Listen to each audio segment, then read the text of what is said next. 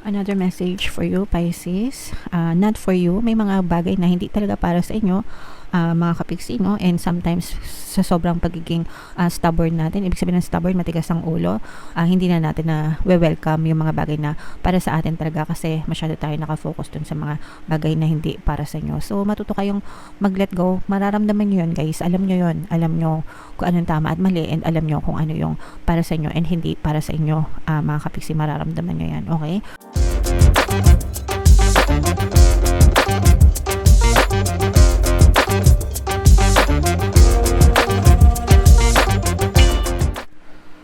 Hello guys, hello Pisces, welcome back to Pinoy Pixie Tarot. Ang pamagat ng episode natin for tonight is messages from the universe para ngayong February to March para sa Pisces, Sun, Moon, Rising, Sign, and Venus.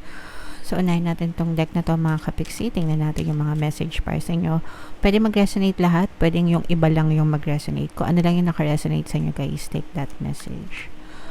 So, first message mga kapiksi, we have the Thinker. Ibig sabihin nito guys, pag-isipang mabuti yung lahat ng gagawin sa buhay. Lahat ng mga desisyon nyo, huwag kayong magpadalos-dalos.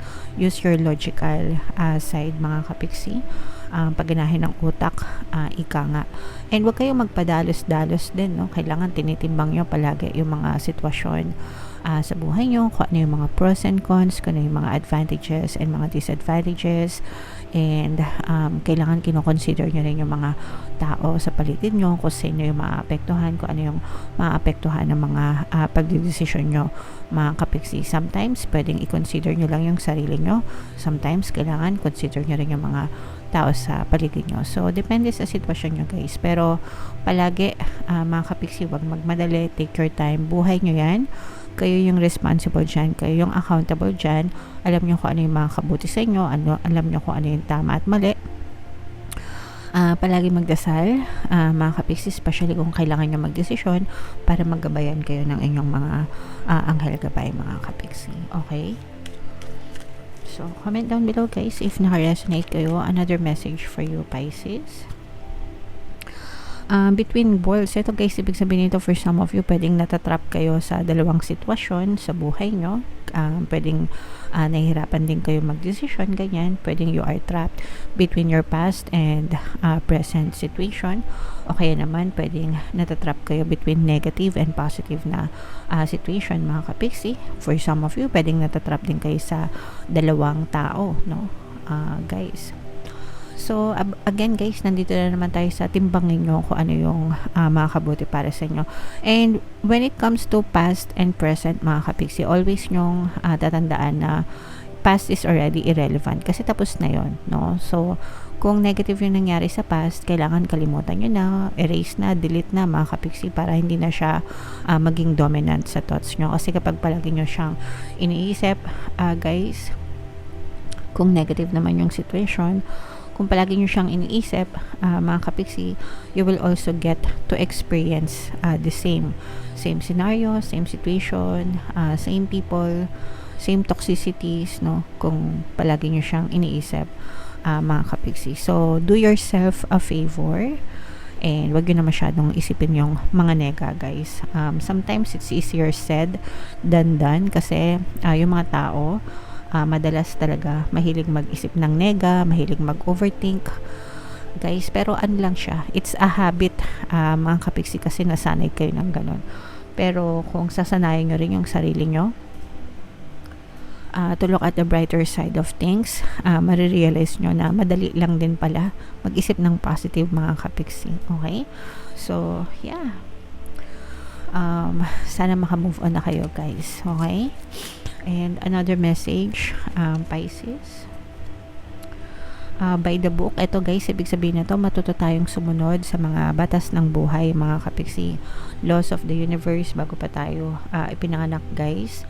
Nandiyan na yung mga laws na yan. Okay? And lahat, sa bawat lugar, sa bawat pagkakataon, may mga batas, diba? So, even sa loob ng tahanan, si nanay, si tatay, may mga batas din sila.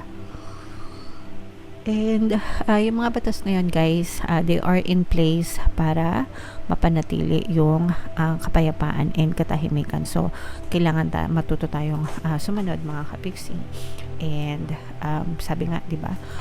Bago ka, for you to become a good leader, kailangan maging good follower ka muna, mga kapiksi. Okay? So matuto tayong mas sumunod, guys. Walang masama kung sumusunod tayo sa tama. Okay?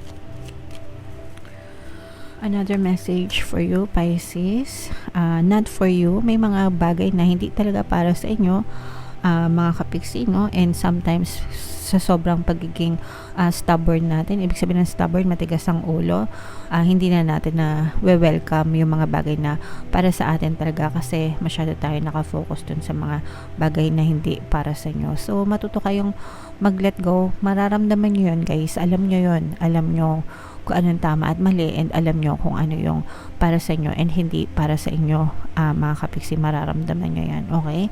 So if you think na hindi siya para sa inyo, kung hindi siya tama para sa inyo, kung mali siya para sa inyo, matutong mag-let go and i-anticipate nyo na there is something better na nakalaan para sa inyo, mga kapiksi. So don't waste your energy, your time, your effort dun sa mga bagay na hindi para sa inyo. The right one will come along. The perfect one will come along para sa inyo. The one that you deserve better in your life. Okay?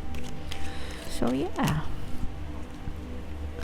Another message, Pisces. Wow, milk and honey, guys. I-mind nyo na yan. Matatamis na blessings, guys, matatamis na biyaya, no, yung nakalaan para sa iyo, yung mga paparating sa inyo, mga kapiksi. So kung mapapansin nyo, 'di ba, lumalabas yung rainbow. Ito yung rainbow representation yan na tapos na yung mga pagsubok nyo sa buhay. Kung kayo ay binagyo, kung kayo ay sinubok ng panahon, ng tadhana, mga kapiksi, good news, kasi natatapos na yan and unti-unti na kayong makaka-recover. And at the end of the rainbow, there's a pot of gold. So ito yung laman ng pot of gold, ito yung mga blessings, ito yung mga biyaya, no, na nag-aantay sa inyo, mga kapiksi. So sa bawat pagsubok or problema, guys, kapag nalampasan nyo yan, palagi yan may blessings na kaakibat para sa inyo. So i-mind nyo na itong mga blessings na to and be grateful for these blessings, guys. Okay, so sa comment section, i-mind nyo na matatamis na blessings, matatamis na biyaya, no? So yeah. And another one, mga kapiksi, never ending story. Ito yung pagka-trap nyo, guys, sa mga negative na circumstances. Kung yung sinabi ko nga kanina, mga kapiksi, no, na iwasan nyo ng matrap sa past, sa nakaraan, especially kung negative, mga kapiksi, kasi lalo lang kayong magsasuffer, lalo lang kayong masasaktan. Hindi nyo naman deserve yun, di ba? Hindi nyo deserve na masaktan habang buhay, hindi nyo deserve na umiyak habang buhay, hindi nyo deserve na paulit-ulit na maramdaman yung pain na yan. So you have to let go, mga kapiksi, no? Kung pwede mo lang i-delete sa isip mo, i-delete mo na, guys. Focus your attention somewhere else, mga kapiksi.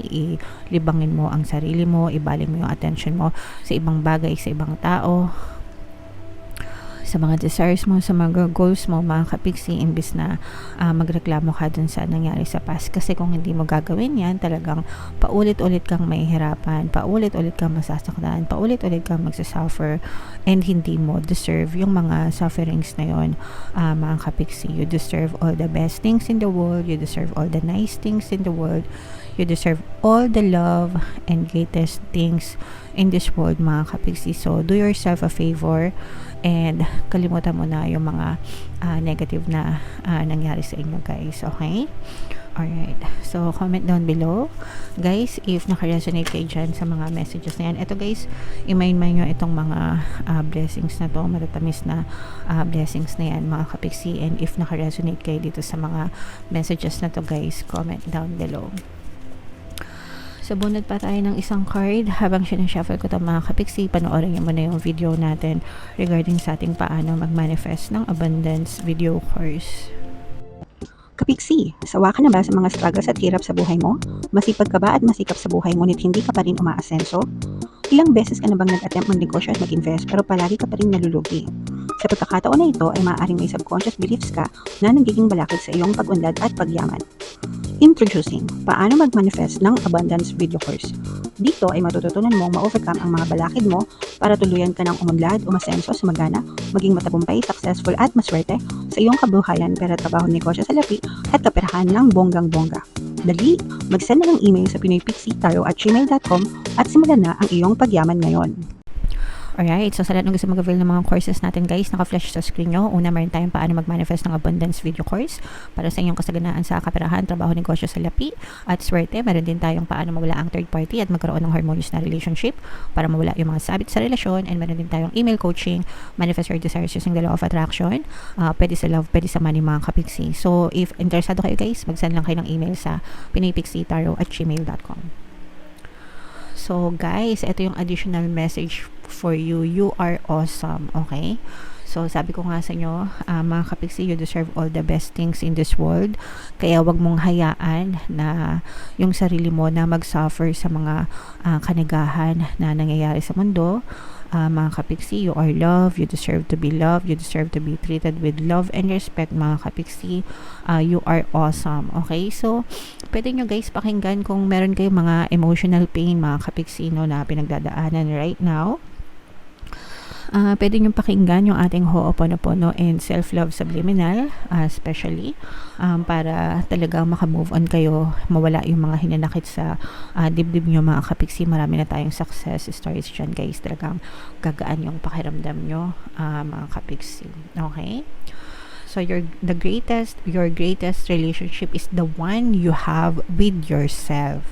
Build it, strengthen it, praise yourself, share what makes you proud. Your beaming delight will help others shift from glass half empty thinking to heck, I'm pretty awesome too. So guys, talagang sabi ko nga sa inyo, diba, self-love, yan talaga yung pinaka the best na relationship na pwedeng ibigay nyo sa sarili nyo mga kapiksi. Kapag genuine yung pagmamahal mo sa sarili mo, you will also be loved and respected by other people. Sabi ko nga sa inyo guys, no, kung mahal nyo yung ibang tao, kung mahal nyo yung pamilya nyo, kung mahal nyo yung specific person nyo, dapat mas mahal nyo rin yung sarili nyo. Dapat ikaw yung magbibigay ng pag-ibig at pagmamahal sa sarili mo na hindi mo na kailangang hanapin sa iba. Because if you love yourself, you are complete.